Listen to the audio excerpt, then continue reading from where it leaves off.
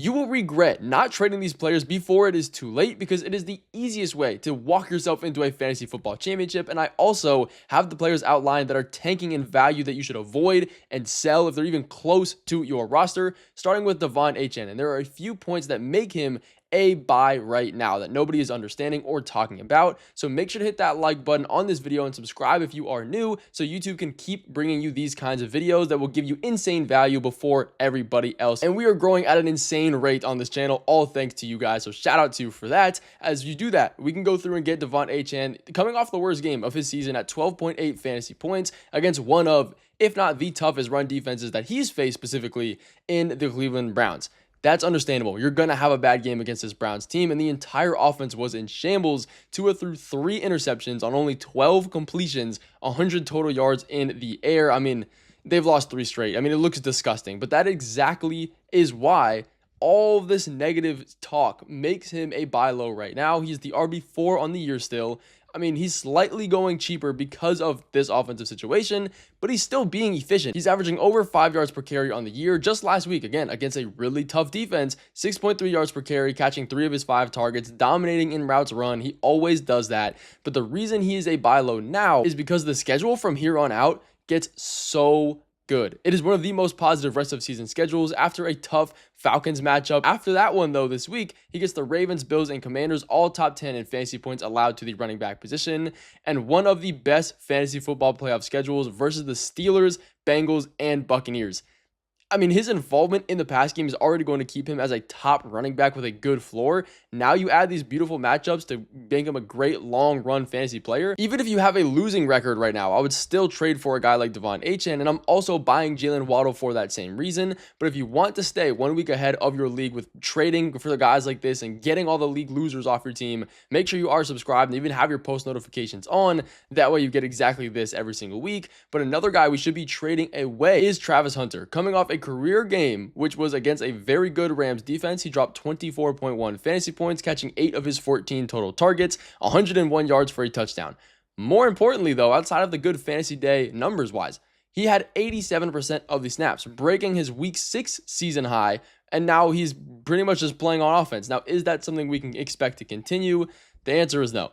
In reality, the boost to his efficiency and the snaps on offense is because this game was a complete blowout. The majority of his fantasy points and snaps on offense did come after the fact when the blowout had already happened, on top of the fact that Brian Thomas Jr. left this game early with a shoulder injury and only played 66% of the snaps. The Jaguars are coming into their bye week now, so that's going to give Brian Thomas Jr. that much more time to get back and healthy and just be ready for their really, really positive Raiders matchup in the week after their bye, meaning this is not the same level of involvement we're going to see from Travis Hunter all year long, and he has one of the harder remaining fantasy football schedules, especially when you look at his fantasy playoffs, getting the Jets, Broncos, and Colts, all defenses that restrict fantasy points to wide receivers, especially the top wide receivers outside of the 3rd string or maybe even 4th string wide receivers. They don't allow a lot of fantasy points, so that is a reason we are selling Travis Hunter. But if you need a running back that gets the opposite situation of that, go trade for Jalen Warren, even though you're buying high on him if you want to call it that.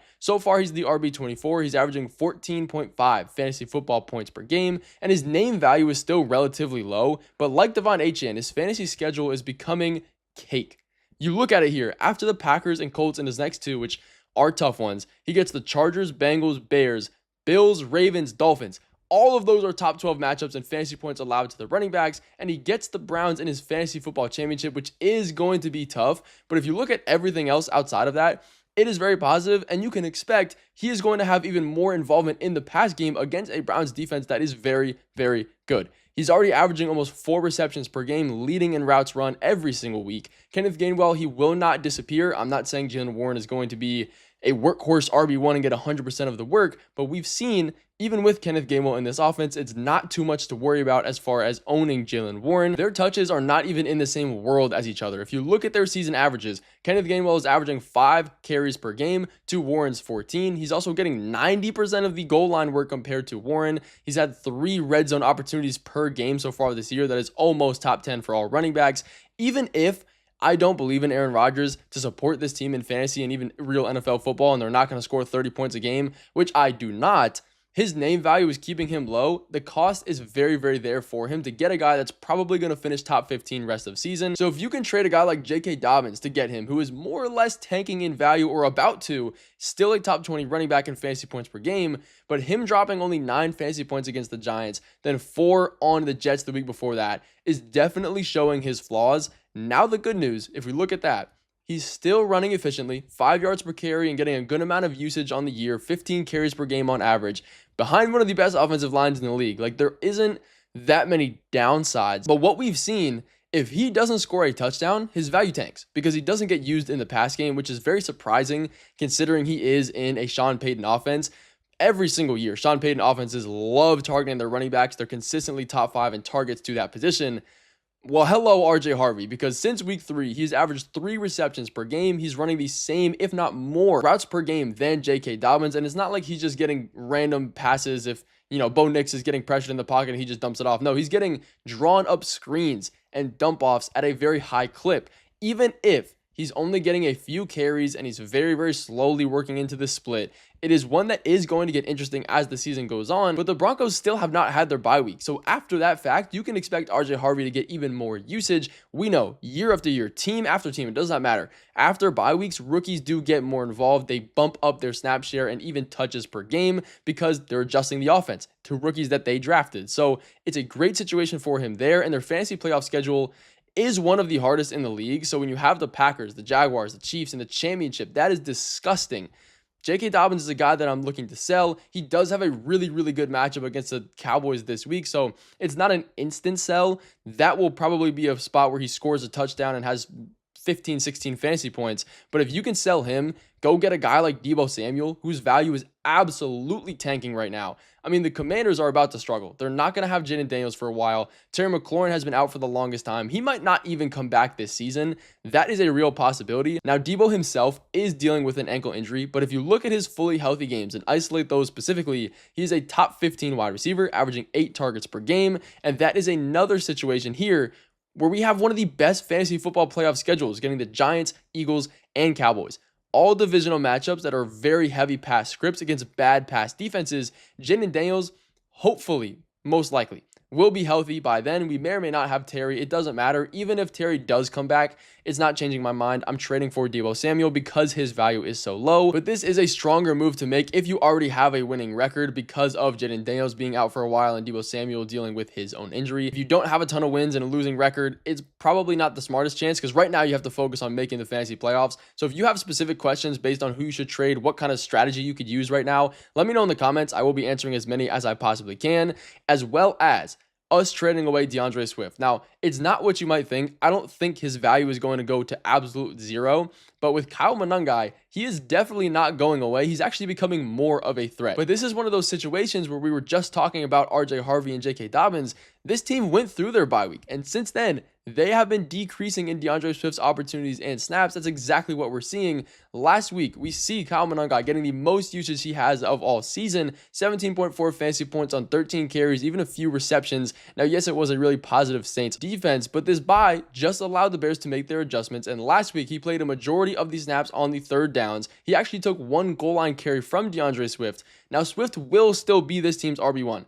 I don't think Monangai is going to come in and take everything from him, but anything he does take away will be a thorn in his side and decreasing his fantasy upside, and they do have a pretty difficult back half of the season schedule. As far as matchups go, I mean, leading into the fantasy playoffs, they have the Vikings, Steelers, Eagles, Packers, Browns, Packers again, 49ers in the fantasy championship. Like, that is very, very, very tough, and if we have Kyle Monangai coming in and playing more snaps, I am definitely worried. But because of those matchups, I love trading for a guy like Rome Odunze on the other side, who in back-to-back weeks has only put up 5 fantasy points despite the team scoring and winning a ton of games on a 4-game win streak.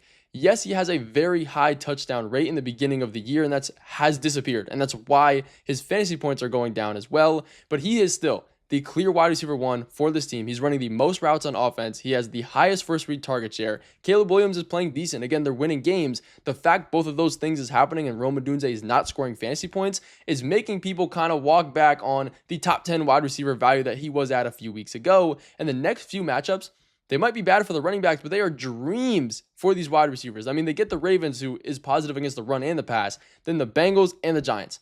It does not get much better than that for fantasy points allowed to the wide receivers. I do like Rome Odunze in this video, but a few players that we can sell high on that will act as deal sweeteners. You can't really just sell them one for one, but if you add them to a back end of a deal, I promise you your league mates will think they're getting more value, but in realisticness, you would just drop him anyways. Number one, Chiga Okonkwo. He's starting to really split snaps with Gunnar Helm, and that is worrisome because if he's already in an offense that is not very efficient, doesn't score touchdowns, he's going to be even more inconsistent than he is in the beginning of the season and is now. Zach Ertz is another guy that I'm looking to sell. 3 and 4 targets in 2 of Mariota's starts so far this year. He's also losing snaps to the other tight ends in this offense, starting to regress a little bit. He's still going to be valuable when Jaden Daniels is there, but if he's going to be out for a few weeks, I'll look to sell him, add him to the back of a trade and get some more value, as well as Alec Pierce.